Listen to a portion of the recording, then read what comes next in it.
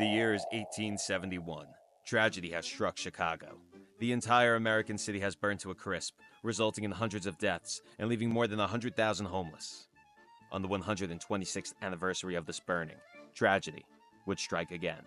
The Chicago Fire Football Club was founded. I think many people, including myself, tend to forget that this team actually did have a very promising start. Playing under their original head coach, Bob Bradley, the team would beat the odds, not once, but twice in their inaugural season. The young Chi-Town Fire would defeat the defending Cup champions, DC United, in the 1998 MLS Cup Final, the first team to do so as an expansion team. Wasn't too much time to celebrate as they would defeat the Columbus Crew in the US Open Cup, only a week later. Their success would continue. In 1999, the Chicago Fire would make, but lose the conference semifinals. They pushed the needle further and made a return to the MLS Cup Final in 2000. However, they would go on to lose to Kansas City. This same year resulted in yet another win in the US Open Cup. These early years for the men in red were filled with top-notch talent. Kubik, Stoichkov, Chris Armas, Razov, and of course, Peter Novak. The team had made a statement with such a strong start and became quickly one of Major League Soccer's most dominant and prestigious clubs. Sadly, in 2002, Bobby went home. Why anyone would choose to go to New Jersey? That's beside me, especially those early years as the Metro Stars. In 2001, the club would lose in the conference finals, and in 2002, they would crumble in the semifinals. It wasn't until 2003 they would make yet another return, yet lose in the MLS Cup Final, unknowingly, for the last time. This same season, they had also secured the Supporter Shield and 2003 Open Cup.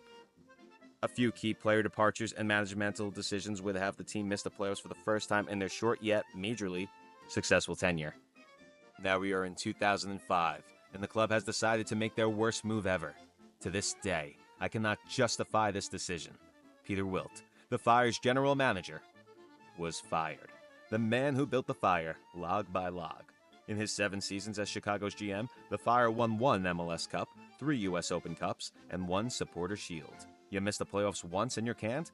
Talk about bringing out the fire extinguisher.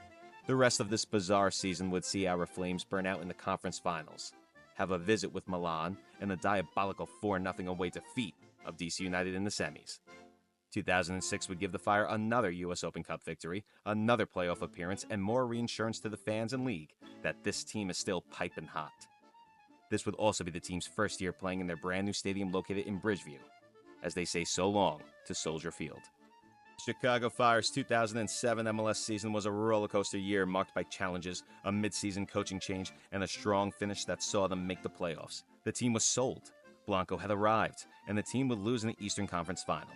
As you could start to tell, the first 10 years of this team was nothing short of brilliant. Talent, championships, rings and cups, new stadiums, what could go wrong? Everything. Their downfall needs to be studied, as the rest of their existence is filled with trauma, pain, dismay, and frustration. But more on that later. In 2008 and 2009, Blanco would continue to lead the Fire. His creative play and leadership was something that Fire fans, the few but proud, surely do miss. Both seasons would result in losses in the Eastern Conference Finals. The trend was beginning. Promise would lead to heartbreak. Season after season, make it, then break it. Has the spark in the Fire died?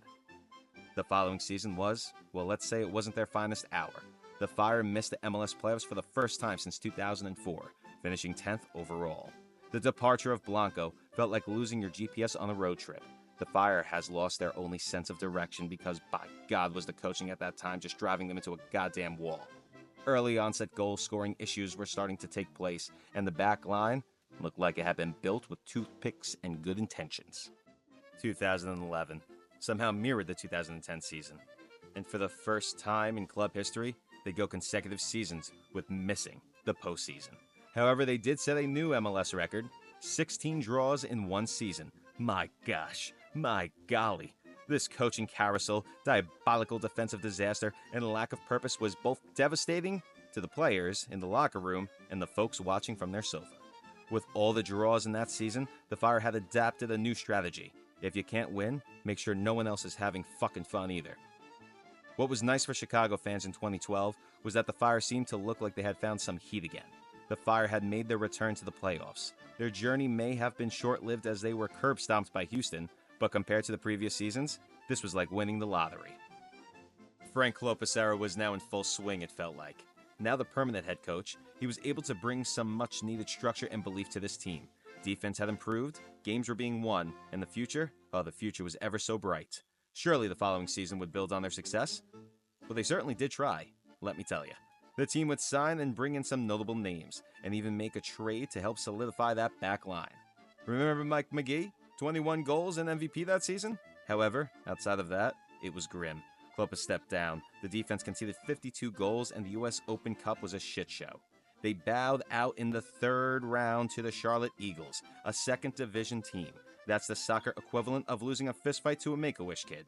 Missing the playoffs this postseason just brought this team and fanbase back down to reality. 2014 is my favorite season for the Fire because they did the unthinkable.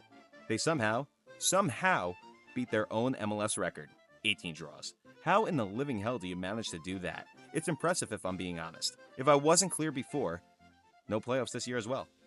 In 2015, it felt like the front office were just trying to come up with new and creative ways to disappoint their fans now. Instead of going for draws this season, they'd divert all their attention to just straight up losing the games. 2015 was the club's worst of all-time record, finishing the season 8-20-6 and missing the playoffs for a third straight year. This season also saw the Fire finish with no road wins. In the first few minutes of this video, with all the success, you may have been wondering why we chose this team for a Legacy of Failure video. I hope now your questions are being answered. If not, hold on, it's gonna get way worse. Now 2016, the Fire was merely just a flame. The men in red were as helpful as men in bed at this rate. That's a sleeping joke, by the way, not a sexual one. Anyway, 2016 they claimed that wooden spoon once again, finishing with an even worse record of 7, 17, and 10. The streak of irrelevance would continue. New coach, same problems. The cycle was comical. What made these few seasons so frustrating for fans was the lack of even trying to improve. It was just the consistency of being the worst. Heading into 2017, fans were desperate for change and signs of a life from a club that was once one of the league's proudest franchises. The Fire's rebuild still had a long way to go, and patience was running very, very thin. The season was a bit of a roller coaster. The regular season saw a major turnaround. Somehow, they found themselves back in the playoffs, for a friendly swift kick in the nards to send them packing in the first round anyway. Remember this face? The German maestro brought professionalism, skill, and global attention to the Fire. To dance with him was our favorite Hungarian striker who delivered in a big way, scoring 24 goals to win the MLS Golden Boot. The goal was to capitalize on all that 2017 had to offer. The rebuild felt complete, and the return to the playoffs showed virtue for a return to greatness. And just like that, from the 2017 dream season to the 2018 nightmare season, the Fire regressed badly, finishing 10th overall in the Eastern Conference and 20th overall in Major League Soccer with a record of 8-18-8. After just 1 year of success, the team had fallen apart once again, leaving fans asking, was 2017 just a fluke? The answer, oh yeah. The Fire struggled on both sides of the ball, and their attack, once one of the league's best, fell flat along with the attendance at Toyota Park, which dropped massively as fans grew frustrated with the team's regression. The 2019 Chicago Fire season felt like one long goodbye, marked the end of several eras. The Fire's time at SeatGeek Stadium, the careers of some key players, and fans' patience with the front office were all coming to an end. The Fire fell short of the postseason for the 6th time in 7 years, finishing 3 points shy of the playoff line. It was another season of close, but no cigar. The move back to Soldier Field was announced with much fanfare, but it also highlighted the team's poor relationship with Bridgeview and its ongoing issues with connecting to the city's core fan base. The team was also sold, once again, but maybe the new owners would be the answer. 2020, what a year. I think when everyone thinks back to the time that 2020 was, they'll remember the worst of it, the Chicago Fire rebrand. Perhaps the one thing fans were still proud of, that damn logo was a beauty indeed. The Fire missed the expanded 10-team playoff field in the Eastern Conference, with only 5 wins all season. They didn't even come close. The late-game collapses and defensive liabilities on the field were something out of a horror film. They knew a change had to be made. The front office worked. They fought. They had figured it out. They unveiled another logo hated by fans. Well, not as hated. Everyone just wanted the original one back. But this was not the team's biggest issue, for God's sake. 2021 and 22 had the Fire missing the playoffs again and again. Attendance only grew worse. The coaching carousel would continue, now bringing back familiar faces. Was it possible we have cycled through every coach in existence to see these same faces again? Shaqiri's arrival and Slanina's rise gave fans reasons to hope. The team's inconsistency and offensive struggles prevented them from becoming anything more than the bottom of the barrel. And just like that, 25 years have flown by. The 25th anniversary of the Chicago Fire Soccer Club was here. The anniversary, of course, was topped off as they missed the 2023 postseason for a 6th consecutive year, making it the second longest in MLS history. They did break their attendance record, however. Thanks to Messi having a sold-out crowd in Chicago of over 62,000 people, they also did have a respectable run in the U.S. Open Cup. I will not discredit that. And that brings us to the most recent season, 2024. The most recent season had ended just like all the others. Postseason drought continued like a plague over Chicago, and attendance continued to spiral in a downwards direction as well. This once proud club became the league's laughingstock. The glory days are long dead and buried, and the repetition has become their reputation. Things have to change for the sake of the fans and this team staying in Chicago.